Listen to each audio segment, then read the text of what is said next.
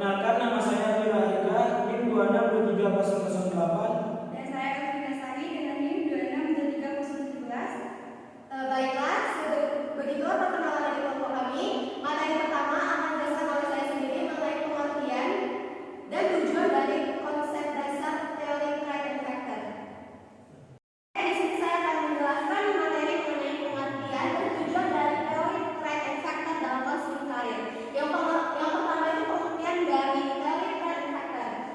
Secara etimologi, teori Threat and Factor itu berasal dari bahasa Inggris, berasal dari dua kata, yaitu threat dan factor. Threat yang artinya ciri-ciri atau sifat, sedangkan factor dalam KBBI adalah faktor. Apa sih arti ciri-ciri atau sifat tadi?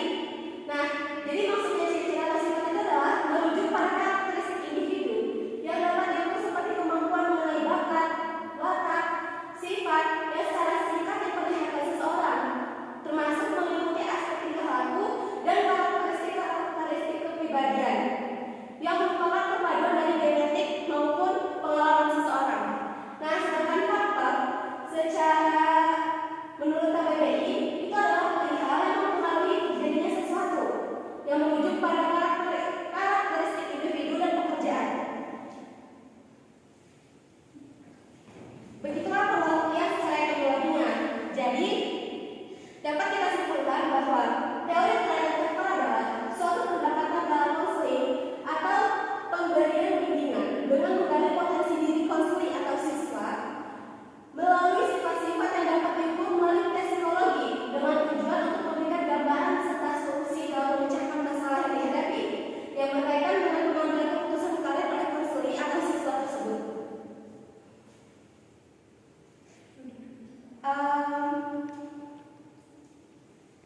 Tujuan dari mempelajari teori Threat and Factor dalam konseling karir menurut Niti Yamsang adalah membantu individu atau konseli agar tumbuh terarah dalam perkembangan yang optimal dengan segala aspek kepribadian yang mencakup pemahaman diri atau yang disebut dengan self-understanding, penerimaan diri self-acceptance, pengarahan diri self-direction, dan aktualisasi diri atau self-actualization. Selain itu, tujuan dari teori Threat and Factor menurut Pujo Suwarno yaitu membantu individu agar merasa lebih baik dengan menerima pandangan dirinya sendiri dan membantu individu yang berpikir lebih jernih dalam memecahkan masalah dan mengontrol perkembangannya secara rasional.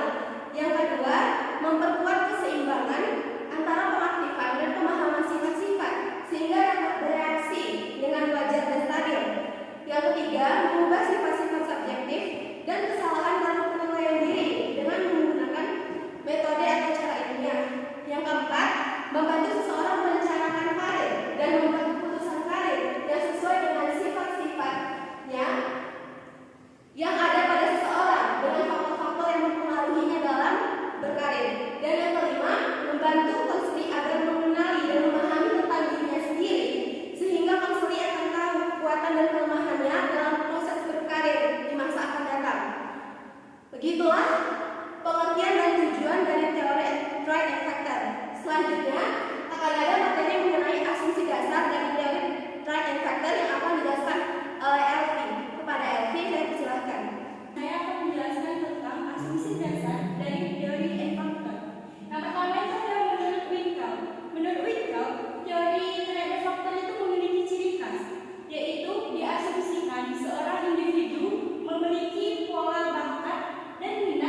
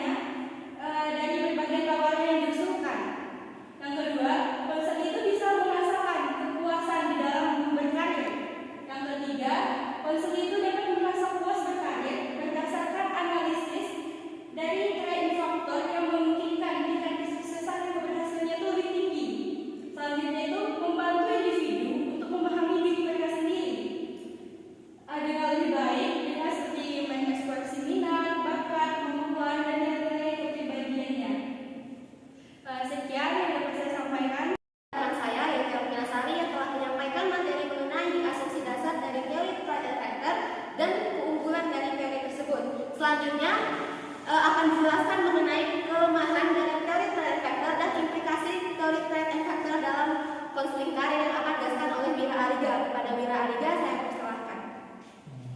Jika ada keunggulannya, maka jika ada kelemahan dari dan kekurangan dari teori pendekatan trade and factor itu.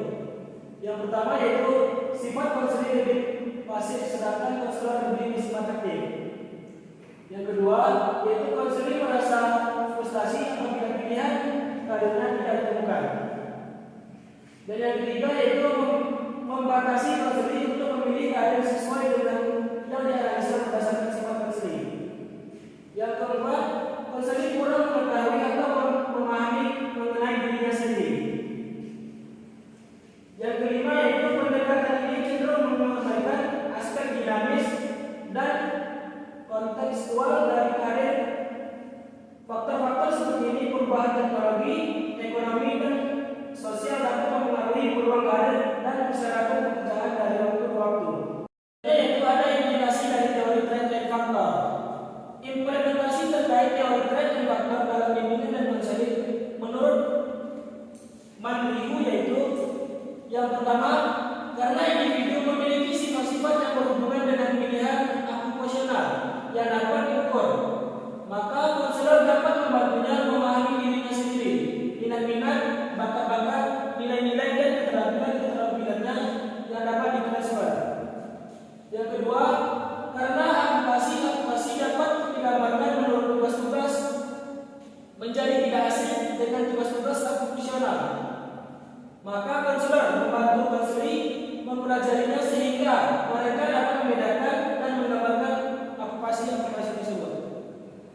Yang ketiga, karena mempelajari bagaimana mengumpulkan, memahami dan menerapkan informasi tentang diri dan dunia kerja, maka menjadi suatu keterampilan penting dan pokok dalam mengambil keputusan-keputusan.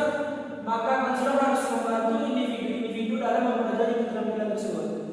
Baiklah, saya kembalikan kepada moderator.